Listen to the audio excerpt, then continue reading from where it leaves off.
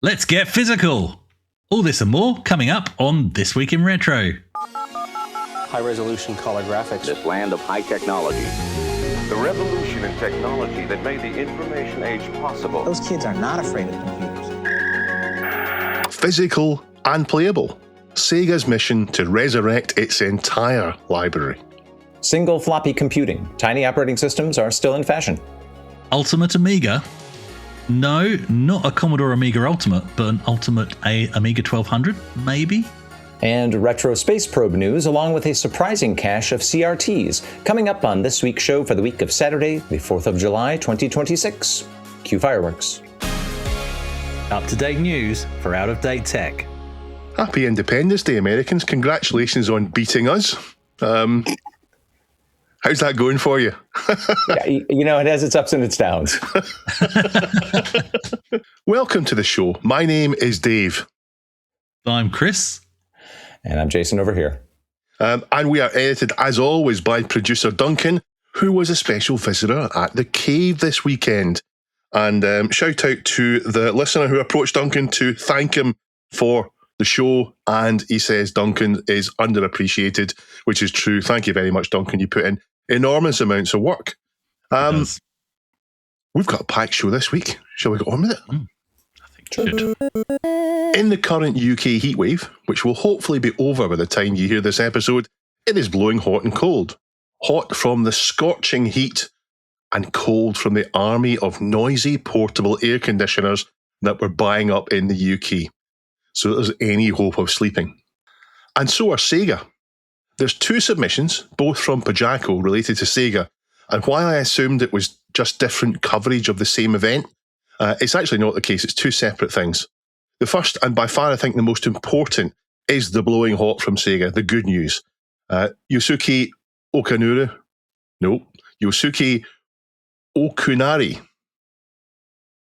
bet that was still wrong, announced in an interview that he intends to make everything Sega have made playable again.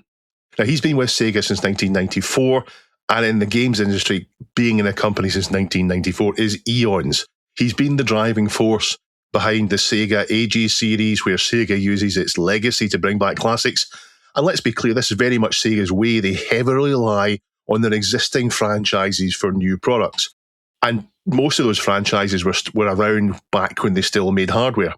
So he was part of the Sega Mini Team 2, the one that did the Sega Mini Mega Drive. So of all the people at Sega who might be in charge of an archive and legacy project, he's probably the best candidate. And here's a translated quote from him, from the interview this story came from. For the past few years, I've been working on creating an in-house games database. I still have a long way to go to complete it, but a search of the current version reveals that, excluding ports and remakes, there are about 2,800 Sega game titles. Including all of them, there are about 4,500 titles. So he means different releases and so on. Now, these games, of course, for the most part, are already playable in emulation. Some will be harder to find and some harder to emulate than others. But thanks to the difficulty in getting a game released on a cartridge rather than a floppy disk or a cassette tape, the Sega library is much, much smaller than home computer libraries. So there's a real hope at being able to complete the library. He didn't go into detail about how he's going to do it. Not all of these will be commercially successful as individual games. It's not the case that Sega could take each one of these 2,800 games and release them and make money by doing so. So maybe they'll do it in packs, kind of Evercade style, where you can maybe get a bunch of Sega games in one pack, and that would sell enough to release it. But then would that be too much work to make it financially viable? I don't know.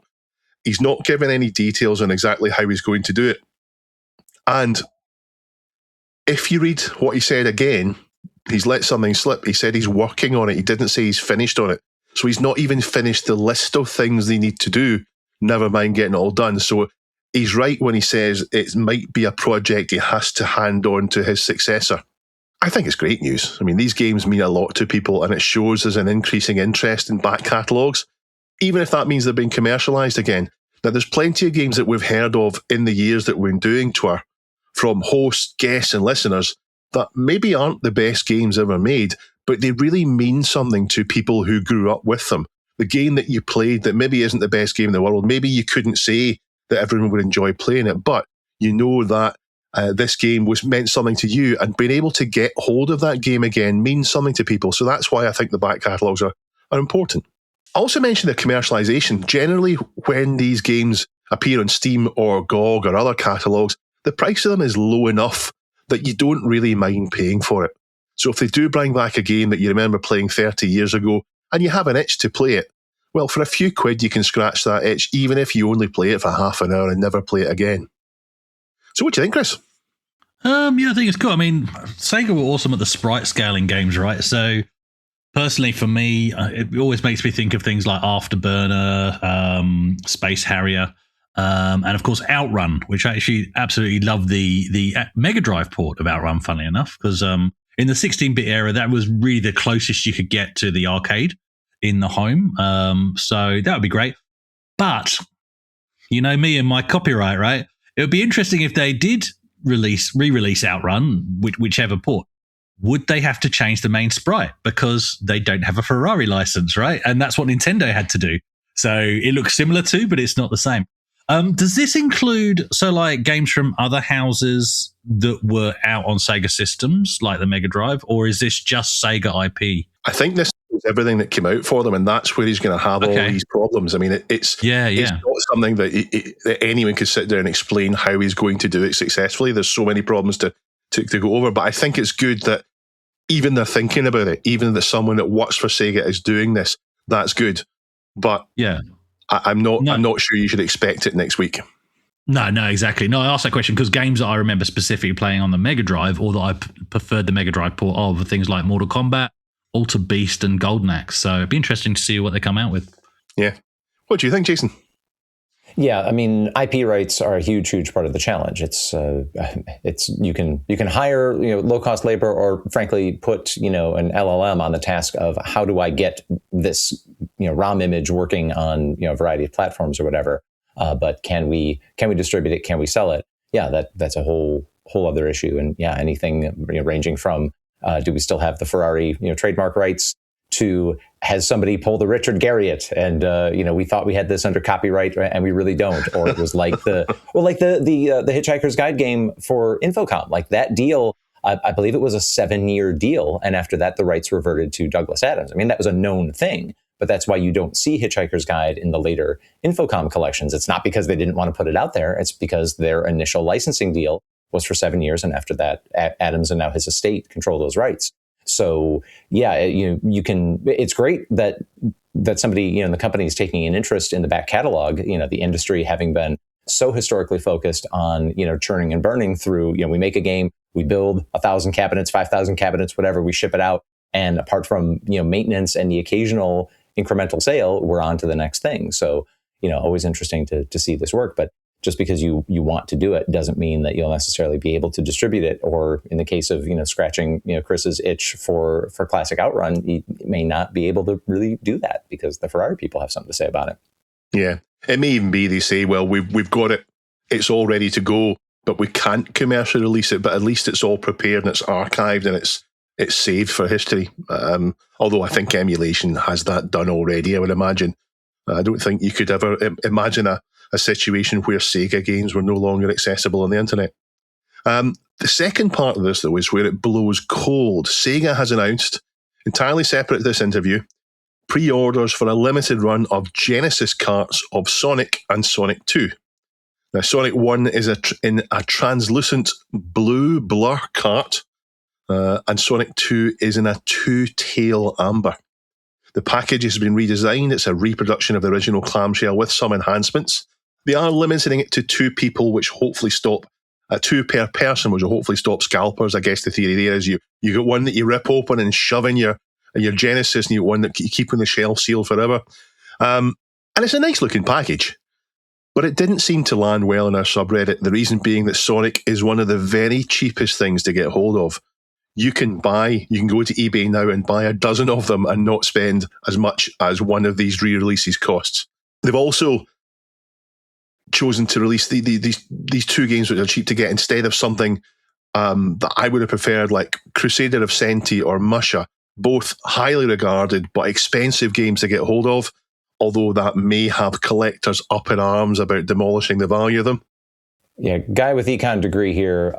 Limiting quantities of sales, if you're an anti-scalping voter, that's not really going to deliver on your goals. I mean, it's easier than ever to create proxy identities or engage people to buy things for you. I mean, scalping is a matter of quantity and price, because there are people that are willing to pay more than the market price for something. So unfortunately, if that's what you, Dave, or other people out there are hoping for, a quantity too is not going to deliver it. Yeah, it's pre-order, so at least I think that means that anyone now who wants one can get one, and there's not a limited quantity. But like everything else, it's a limited period of time.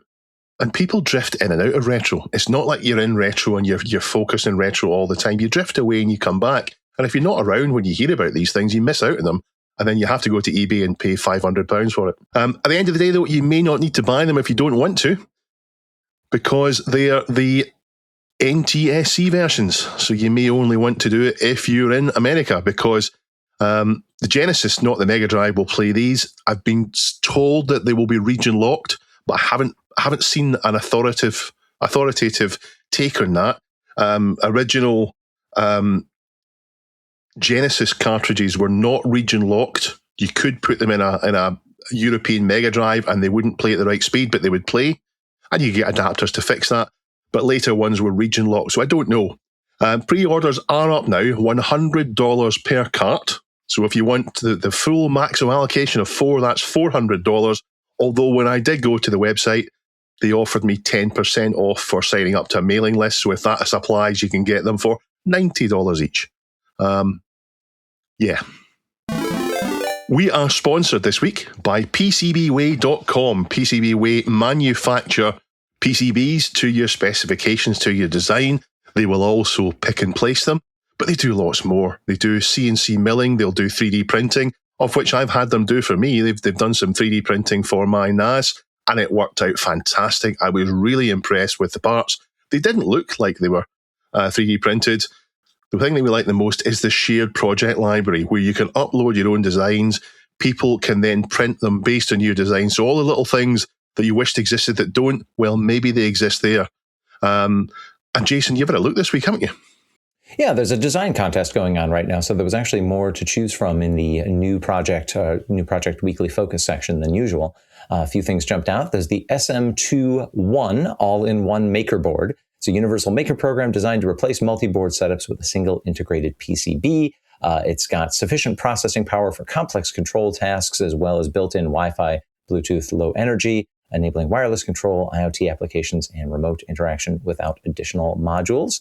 Then an interesting sort of a unitasking device that they're trying to come up with different ways to sell. It's the Qubit P1, and it seems to basically be a platform around a couple of LED emitters, one for white light and one for UVA 365 nanometer light. So it says it's a smart power hub providing intelligent, adaptive, fast charging, enabling students for extended hours of research. The Pure 365 nanometer UVA light is a hygiene verification tool, scanning and revealing hard-to-see dirt and germs in public schools, universities, clinics, hospitals, and restaurants. And that same light will help protect small businesses from fake currency and documents. And then there's the Radio Hat. That's a Raspberry Pi radio development platform. It's got the features of built-in logic analyzer, adjustable linear voltage regulator, and power consumption management, all of which useful if you are doing radio-related tasks. Without them, it's just a simple adapter board for a variety of mini PCIe cards, both half-size and full-size, that you can hook up to your Raspberry Pi if you're not actively engaged in radio research. Thank you for sponsoring us, PCBWay. If you want to sponsor an upcoming episode of This Week in Retro, then write to us at TWIR, TWIR, at thisweekinretro.com for details. Starcade 2084 let us know about a new video from our fellow weekly retro news aggregator Dan Wood, in which he gives a guided tour of KolibriOS. It's one of the latest operating systems that attempts to deliver a fully working modern computing experience on a single floppy disk. Now, there are comparisons to the old QNX, QNX disk abounding, but of course the QNX disk was all the niche rage back when, well, people actually had floppy drives in their computers unless they were a brand new iMac or something. KolibriOS is a little more recent than QNX. Its development having started in 2004. And Although it looks like the biggest flurry of its development happened in, say, the first 5 years, 2004 to 2009, maybe making a bit of a comeback. Now, KolibriOS it's a very lightweight, open source graphical OS, and it targets 32-bit Intel Pentium and related processors, meaning it looks great on computers that are, say, 25 to 30 years old, and it will probably still run fine on a modern Intel and AMD processor as well in 32-bit compatibility mode. 12 megs of RAM are the recommended configuration, but they say it can run in as little as 8. Microsoft file systems FAT32, 16, and 12 are supported. There is some support for the Linux Ext file systems 2 through 4, as well as read-only support for NTFS and XFS along with standard CD-ROMs. The KolibriOS distribution is available in English, Spanish, and Russian languages. More on that configuration in a moment. So guys, there was definitely a time within our shared living memory that, at least for a certain class of people, including me and very possibly many of you at home, your choice of operating system was, for lack of a better term, an important personality trait. Now that literally most of the citizens of Earth interact with a multi-threaded 64-bit OS they carry in their pocket on a daily basis, I feel like that phenomenon's gone away, or at least has kind of morphed into something different. Do you miss the days when your OS choice was life? Yeah, I miss it being interesting. Operating systems are not interesting anymore. I mean, we've covered in the past the whole Windows 95 phenomenon with the Friends people on the TV adverts, people queuing up to get it. That's gone. I can't get enthusiastic about Windows in any way now. Back in the 90s, even installing Windows 95 and Windows 98 was an experience, and Microsoft would have these things appearing on the screens as it went through the installation process saying, we've done this for you. We're going to bring you this. You've got this to do as well. And it was genuinely exciting to a certain degree for a certain type of person that's listening to this show now. And if you could get past the hardware compatibility, which I'm not going to knock Microsoft for because that was very difficult. If you could get past the hardware compatibility, it was good. And that carried on to XP, which kind of solidified things and then started fading at Windows 7 because Windows 7 did everything you wanted to do, and it's now boring. And I don't like it. And I don't think it's done anything good for me in a long time I can remember. Yeah, I just wanted to stop changing all the time these days. Even after jumping to Mac, not jumping, but getting a Mac as well as a PC.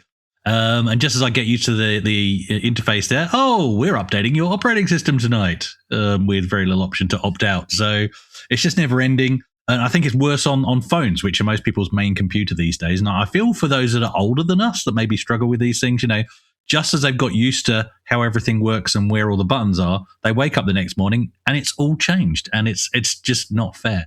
So yes, I do. I'll tell you what I miss. I miss where your operating system, you bought a machine, it came with an OS, and you didn't really change the OS during that machine's life cycle. That's what I miss. Yeah. I think there's some time compression going on because you think about how long Windows 10 was around, and they would do the big half year updates, but your experience didn't change. Whereas think about just between 95 and XP coming out in 2001, a lot of different iterations, a lot of looks and feels. I think there's some.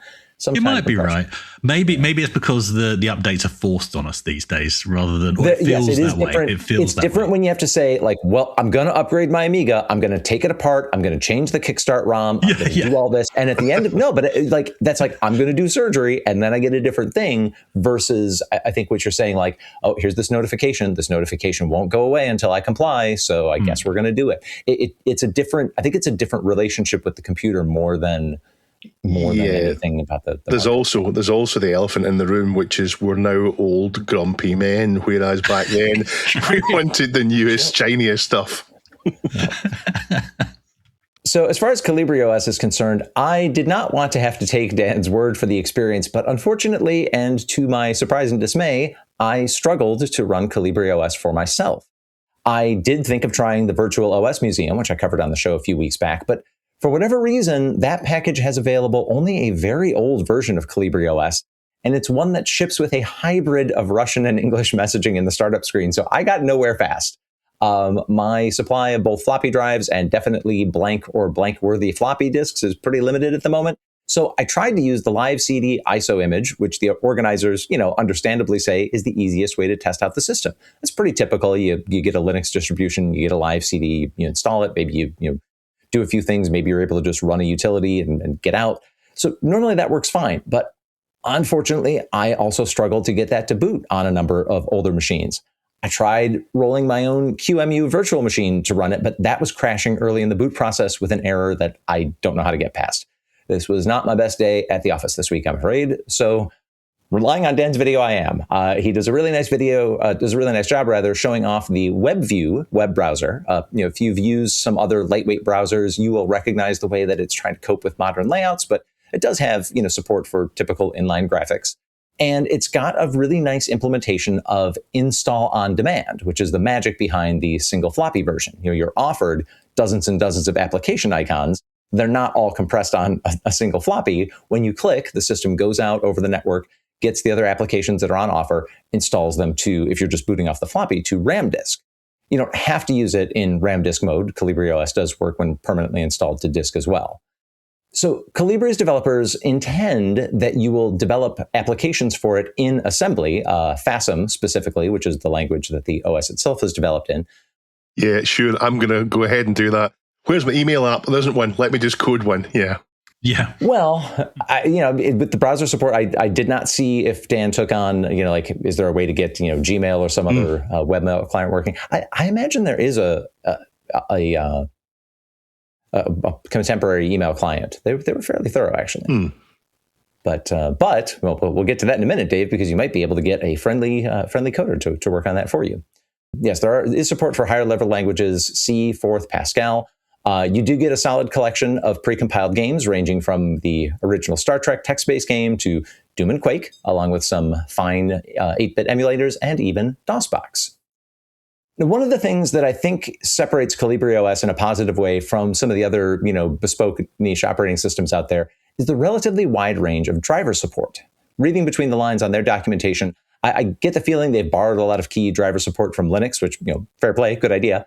And they've also foregone some modern conveniences. USB is supported only up to 2.0, for example. So it may not support all of your most exotic hardware configurations, but there is a decent chance that if the machine could have run a major Linux distro at some point out of the box, that KolibriOS is going to work just fine for you. In his video, Dan demos the OS on a couple of machines. He first uses a Pentium 66, then he moves to a newer Pentium MMX machine. Performance was, I would call, quaint on the original P5, much nicer on the MMX variant. Like, you could see yourself using that as a proper computer if you had to or chose to. Now, to your point, Dave, KolibriOS is not going to be knocking on the door of the mainstream anytime soon, but it could get a boost towards being more useful for more people more of the time because it is one of the projects in this year's Google Summer of Code projects. So one can roll one's sleeves up and get involved on enhancements that are already on the bulletin board there, like a matrix messaging client, an RSS news reader, and making support for those X2, 3, and 4 file systems more complete and stable. So you may, in fact, get the Eudora experience or whatever you're trying to mimic, Dave, if you're able to get a pitch in. In all the good ways, this feels like a solid GUI from the 1990s. Obviously, there are nods included to our more modern era. There's their own version of the Chrome browser Dino jumping game, 2048, and a Flappy Bird, for instance. By the way, when does the statute of limitations on Flappy Bird being valid to think of as retro expire? We have to be at least halfway there, right? Yeah, Flappy Bird felt retro when it came out as well. Is it a retro-style game that's now retro? It's now halfway retro? The idea of a cave navigation game is absolutely retro, and it used, throwback graphics. So yeah. all the ingredients are there. All we just need is the aging. So get ready for that. I wonder, I'd like to hear from the guy. Remember that Flappy Bird, the creator, deleted it and said he hated these monsters he created. I wonder how he feels about it now. Yeah. Perhaps that bio is waiting for us on YouTube somewhere. Anyway, there's apparently yet another form of code golf to learn about, or rather configuration golf. The challenge in this case being, how small can you make a functional install of Windows XP?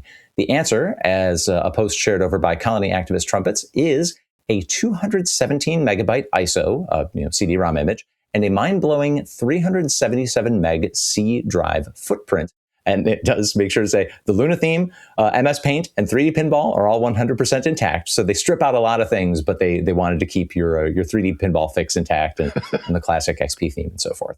Turns out there's a whole slate of these boiled down Windows distros that are going back to Windows 95. To stay ahead of creating any sand in Microsoft's shoes, the GitHub page that hosts these projects, it's more of a how-to recipe for creating your own using more or less readily available Windows ISO images. It's not just a pre-built instance that's hosted on GitHub, which is, of course, a Microsoft property itself these days. So KolibriOS, unlike XP, where you can make a case for lots and lots of people having successfully used it for a long period of time, KolibriOS is probably not for everyone. It's not a real choice for most people. But I have to say, on some level, I was extremely satisfied using Windows 2000 for a while, and then to a lesser extent, XP. I really liked the 2000 look and feel. What about you guys? Do these stripped down, allegedly safe enough to use in the modern era builds of classic Windows make you think about going back to those days when Microsoft wasn't just relentlessly spamming you with notifications about new features and the weather and soccer scores and on and on and on at every turn, and they just did the operating system work and stayed out of your way? I should say something before I continue here, because I'm going to advocate for something and I want to make sure people don't do the wrong thing. Don't download someone else's stripped down ISO. Don't do it. Super dangerous. Stay away from that. Danger, Will Robinson. But I do encourage you to do what I used to do back in the day, which was things like Nlight, which I really enjoyed tinkering with, stripping things away down from Windows, making things clean, take up less disk space, and also work better. The more things you take out of Windows, as long as you don't take anything that is a supporting wall, as long as you don't take that down, Windows works better. So I like that. But more and more, I'm moving away from Windows functions to Linux servers in my house, and I feel like almost everything I do will end up being done in a browser. We're on this fantastic Zencaster system, which does the podcast for it. It's in a browser. My notes for the show are in a browser. Emails in a browser. YouTube's in a browser. Almost everything's in a browser now. So, I mean, definitely peak Microsoft was Windows 7, and everything since then seems sorted. And while I'm sure that some things are better, I can't list any. And it's clear that Microsoft have been queuing up to they don't have people queuing up to pay retail price anymore, but all they can do is get systems builders to pay them a tenner to pre-install Windows. So they're having to make money in other ways. And there could be a future for a bare bones operating system, so long as it handles the hardware and gives us a browser. Like Chrome OS, almost. Yeah. Chrome OS is fine. Yeah. I think the OS should just be invisible, right? It just does its thing in the background, and I don't have to think about it. That's the perfect way, I think. I liked Windows 2000 for its security and stability, but I have to say I loved XP, as I personally think that's when plug and play actually worked, for the most part, for the first time ever. And it just got better from then on. And I guess that brings me around to, this is my one defense of modern operating systems, other than the constant updates and the notifications everywhere. But it's that you don't have to go driver hunting anymore. And oddly, it's the part I now hate the most when I'm playing about with older computers. And if I've got to do a 95 install or a 98 install, and now it's harder than when we did it back in the day, because I've got to go back to an archive, not to the manufacturer's website. So yes, it's harsh. So check out the ByteOS Pro GitHub page for more information on the Windows strip downs. Maybe there is still a way to express yourself and compute better if you can find an OS with the quirks that work for you. I know there's still a whole subculture of that in Linux distributions, and some Arch and Gentoo bros are nodding furiously in agreement right now as I say that. But whether it's a wild remix of XP or some curious assembly language-driven OS that feels very home on, even on machines that couldn't comfortably run XP, there are more options that you can try something truly unusual on a spare computer. To the wonderful. To the wonderful. I've just noticed, and I haven't had time to watch, but there's been a video up about the UK Amstrad Group inaugural meet. So congratulations for getting that to happen, Joe, who was a guest on the show a short time ago, and all the rest of the people involved. Lots of people involved there. When I went back to find the video link, I saw there's more than one now. So I've linked Retronauts in the show notes, but there's more than one video there. So congratulations on the first, and I hope the next ones are successful.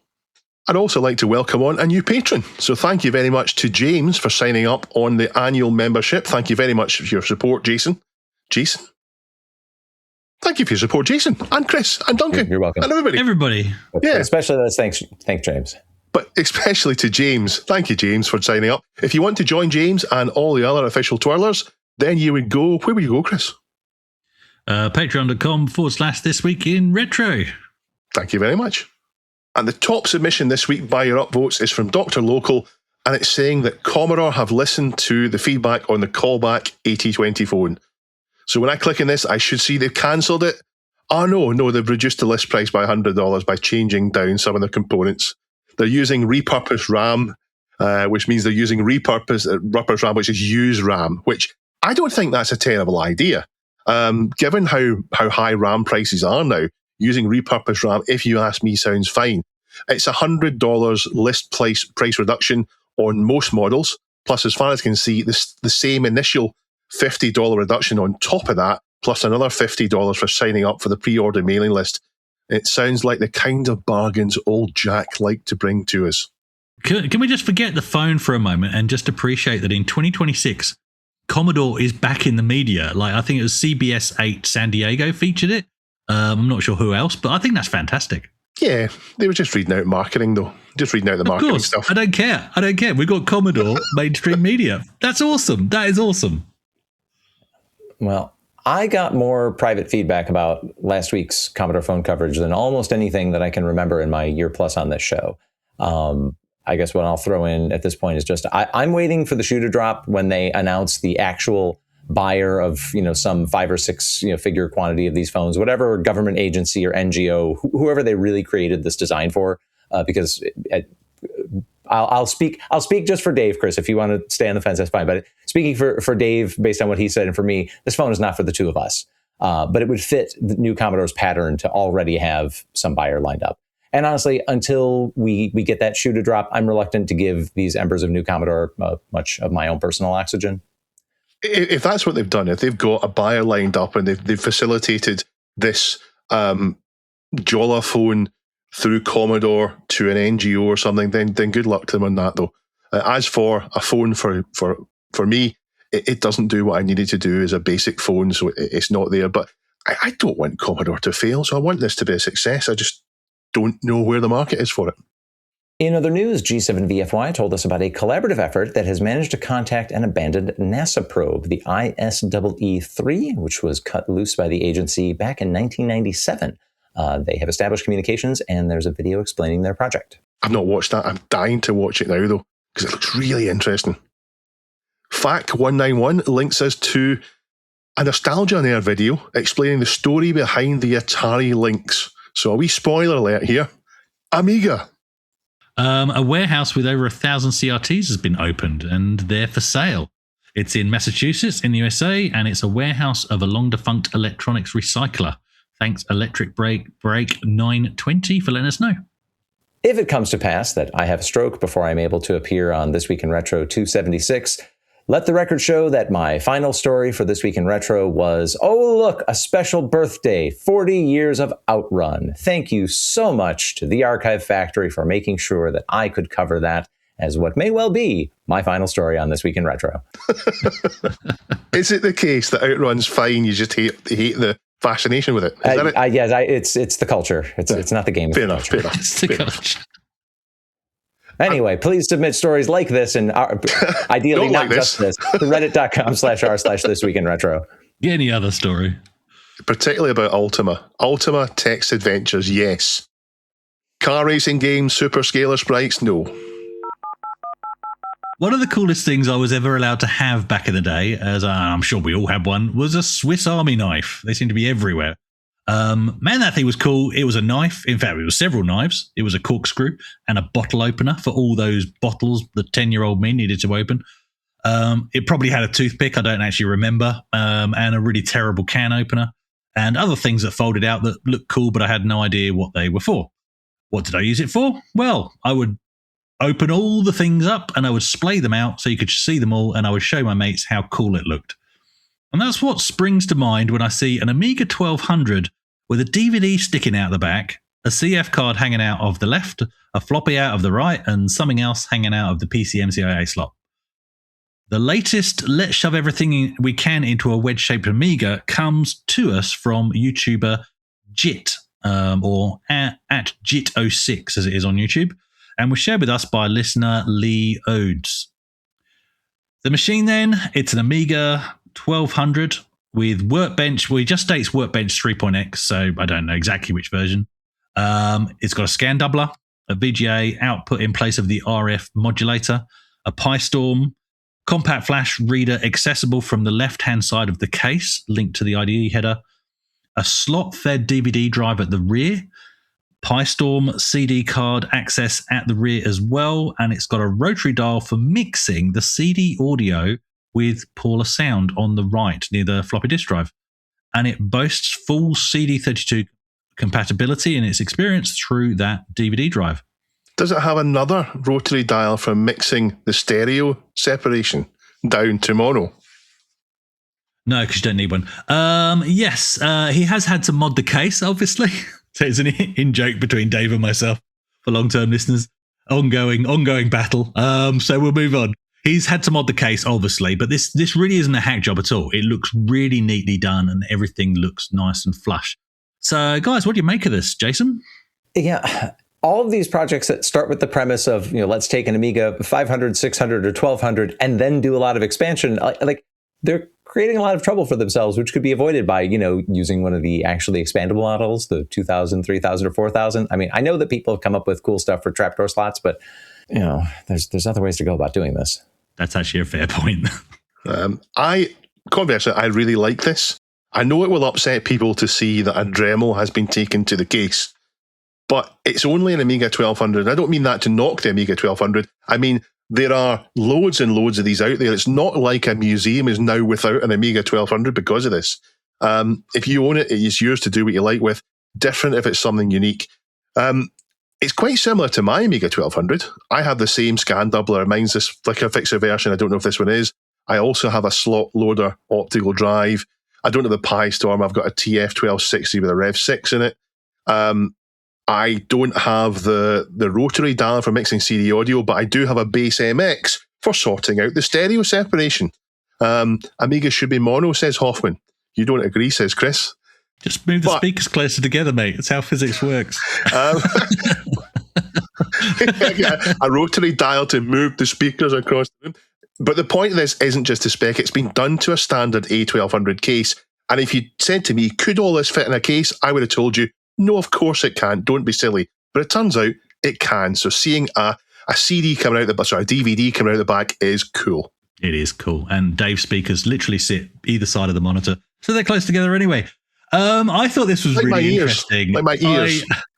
I actually like this. And while I'd not do everything he's done, it does make me take note of things I've not really yet looked into, like scan doublers. It just makes sense, right? Replacing the RF with a VGA port. That'd be great. And with that in mind, if you could mod any system from, let's say, 8-bit into the 32-bit era, or let's say up to the mid-90s, what would you do to make your ultimate version of that system, Dave? Well, you might think I would say an Atari ST or an Amstrad CPC, but I don't think you get so much from them from the modifications. I mean, my CPC was made complete by plugging in a multiphase 2, and that was it. And my Atari ST was made complete with a second floppy drive and plugging in a Marpet RAM expansion. So I'd want a PC, and I would want all the premium original parts that came out for the PC that were super expensive, like the Roland internal card, like having a proper MT32 or the CM32. I would want all the original expensive add-on cards before they get made into the cheaper knockoffs and all the rest of it. That's what I'd want for it. I want a lovely PC like that. The closest I've got is the IBM PS2, so it sits next to me. It's close to that, but yeah, I'd want a PC that way. That's what I'd want. See, now this is making me think I want the exact opposite. Like, give me something that's got like a Centaur processor and just the most random Taiwanese, Sound Blaster knockoff from 1994. And you're describing my PCs. I would be, can you make it £1 cheaper? I don't care if it sounds terrible. Make it £1 cheaper. Yeah. I think my real answer, I don't know, you guys may have been completely unaware of this, but there were, at least advertised for sale, an Amiga bridge board, which was the thing that let you run, PC software, but it was, actually had PC hardware, and it was like bridging, things like display and keyboard and so forth. So at least advertised for sale, there was a bridge board that had a crippled but 486 compatible processor, 486, and pairing that with, they had an all-in-one, single ISA card that had VGA, all the I/O you would want, parallel serial, all that jazz. That was advertised. I don't know if they ever really shipped, but an Amiga 4000 with that setup sure would have been cool. I reckon if you had this, you would have VGA. If you've got an ISA bus, there's nothing to stop you putting an ISA sound card in, you would think. Well, that would be on the multi I/O card. Yeah. So you could end up with an Amiga that could also do the bulk of that wonderful period of DOS gaming as well in one box, and that'd be pretty incredible. I knew you could get a new bridge boards, but I thought they were mostly kind of like, here's a PC, it works very slowly, but it works, and that's all you need because you're not looking to get a high-end PC. But 486 sounds pretty powerful. Yeah, it was more like a 486 SX grade, so you'd start to get to chugging by the time you got to even full screen Doom, but you could do stuff. Still, though, I mean, that was my second PC with a 486 SX, and it did the job. Got through to the end of Doom 2, funnily enough, playing it on that. For me, I think I'd just like an A1200 with compact flash hard disk, pretty much what I've already got, compact flash hard drive, but an 060, and so I'm very jealous of Dave's 060 instead of my 030, and with the VGA out, and maybe a USB-C power supply so you don't have to run a brick. And I think I'd be happy with that setup, to be honest. But I do see Jason's point, and I like the idea of a big box Amiga that could be a 90s PC alternative. And I can see how people get sucked into that rabbit hole. Jit06 seems like a new YouTube channel, so please do check out his work. There's another video on his channel showing the CD32 mode working, so I've dropped that link in the notes as well. Please give him a sub if you like the look of his stuff, and he's got some interesting projects on there as well for other systems. And he's also got a blog called piemyretro.org. So I've dropped that link. I've dropped the link for his detailed breakdown of this A1200 build on that blog in the notes as well. It looks like it does some really interesting things to Amigas, PCs, and consoles. What this A1200 doesn't have, though, is a bottle opener, a corkscrew, or a toothpick. So there is more room for improvement there. And it's time now for our question of the week. If you could take, last week's question was if you could take any real world location and put it into any game, what would it be and why? Tell us both the location, but also the game you'd want to roam it in. So, guys, are we out of contest mode? We are. And I've got the first answer, and I love this answer. It's from I Am Amiga, and it says, the London Underground, including all the bits that have been closed off or abandoned over the years, it would make for a brilliant FPS of some sort, maybe even an RPG. An RPG, please. Post-apocalypse RPG. Fallout London Underground, maybe? I know there's a Fallout London already, but there's all these myths and legends about places in the London Underground that have been forgotten and abandoned and all the rest of it. That really takes my imagination. Surprising it hasn't happened already. Colony Activist had Monkey Island, so I can finally find out the secret and become a mighty pirate. Get the t-shirt. Someone said, how about the secret of Barry Island? Nice. Christoph Wido, says Little Japan and or the UK in Pilot Wings, please. I said, stuff Microsoft Flight Sim 2020, we want Pilot Wings with real world locations. Why not? It was a fantastic game, nice and easy. Did I scare off the Jeff Mendoza bot army? He did not place for the first time in my living memory. Do you see his entry, though? I see. It's actually a very nice entry. That's a good entry. It is a good entry. That was kind of done, wasn't it? Well, again, scaled down. That's what the crew was. That was meant to be US coast to coast, but a scaled down version. And that's the game we featured because of the controversy in terms of it being taken down. He's got another answer. He's got Ultima Milwaukee as well. Jeff Mendoza's got two answers. Oh, he hasn't. Sorry, I'm an idiot. No, it's me thyroid. It's me thyroid. Has Ultima Milwaukee The quest for the Milverine. What's the Milverine, Jason? Yeah, I meant to look this up before we got here, and Because Milwaukee is your state, isn't it? Well, yes, Milwaukee is in the state which is now my home. Yeah. But yes, this is the Milverine. Yes, this is it like a Wolverine figure it's a Milwaukee resident who bears some resemblance to the comic book / big budget film character. What a reference, It's Me Thyroid. But we kind of glossed over Jeff Mendoza not placing with a very good answer. The entire U.S. coast to coast, so you could drive across the whole thing by following branching paths. Good submission. I'm sorry if I spooked your supporters. Yeah. Do we have a question for next week? There is one. If you could mod up your dream system with all of the bells and whistles, what would it be? There you go. Anything goes. Even a can opener and a corkscrew. Yeah. And a little device that you could use for picking the nails, but maybe not sure that's what it's for. A device that you don't know what it's for. You need one of those on every pocket knife.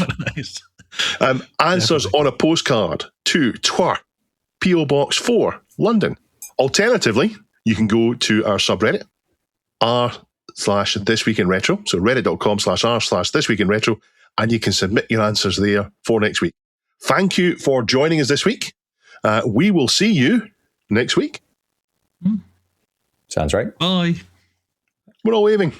Bye. Waving.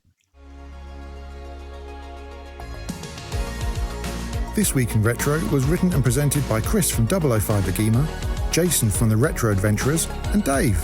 It was edited by me, Duncan Styles. The podcast version of the show is available through your favourite podcast app, including Apple Podcast and Spotify. And the video version is available on the This Week in Retro YouTube channel.